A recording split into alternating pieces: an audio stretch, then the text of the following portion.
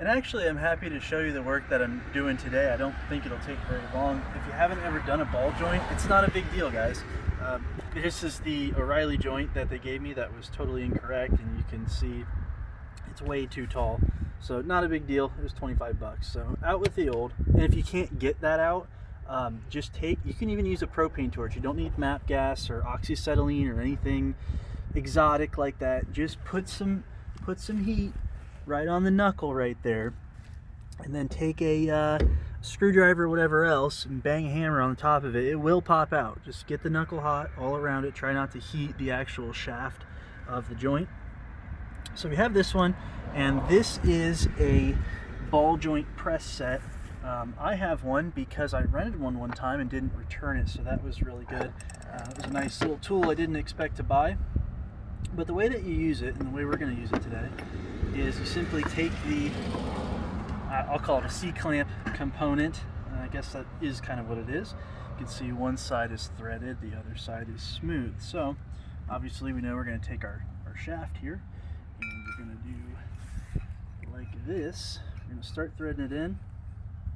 And then obviously this part of the ball joint is going to be here with the adapter, and the top will have nothing. Actually, at least you don't need to use anything, to my understanding. You take your adapter for the correct size, so we can see, yeah, the big one's good. What about the next one? Nope, too small. So we know we need the large one, and then we want our, I'm going to call it a cup. This has a grease joint. They don't all have them, so make sure, again, if you're using one that's captive and there's not a hole in the bottom of it, you need to make sure that you're not going to destroy that grease joint. Just, you know, for future reference, that would kind of suck. It looks like this cup is a little bit better of a fit, just considering that it fits like that, and then it's not going to interrupt the grease joint, and we'll still be able to put the shaft on it. So that's kind of what it'll be looking like when it's all on there. And if you have zip ties or anything like that, it's a good idea to just get this out of the way. I don't really care, so it's not a big deal to me. You just set it in like that, and then go like this, and then, oh, see, that's what I mean. I'm just trying to get this done quickly, so I don't really care how much this hurts right now. Adapter, boom. You got your top one. Bloop. See what we're doing there? Not rocket science, folks. Oh, there we go. Oh, everything's going real nice and smooth. Keeping everything as lined up as we can. Doesn't have to be perfect, but you know, use common sense and basic judgment. Like that. You can feel the gap there. It's not super wide, and now everything's supported, so I'm not busting my ass as much. This is a 22 mil, and again, obviously, just tightening her up, which is the opposite of what I just did.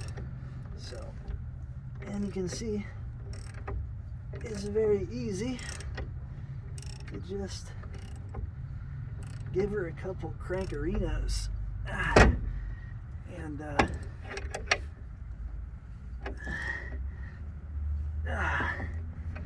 you'll start to feel it tightening up. Like now, it's probably almost seated, but there could be little gaps that I'm not able to feel. It looks like it's seated. That's probably why it got so tough on me.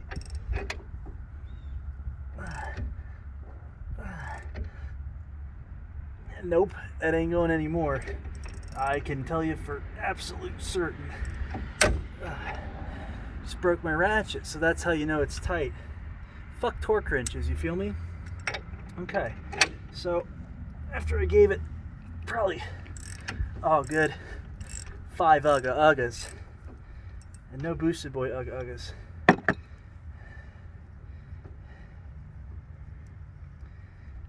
These are Max Chinesium Uggas. We don't play. Alright, so that's loose. Take our seat component off. Take our top cover off. Take our adapter off. Give it a good feel. And you can look too, because there's oh, not perforations, but there's like stippling or knurling, I guess is what you'd call it, on the top of that, so you can actually see where that starts. It's uniform in a ring around the ball joint.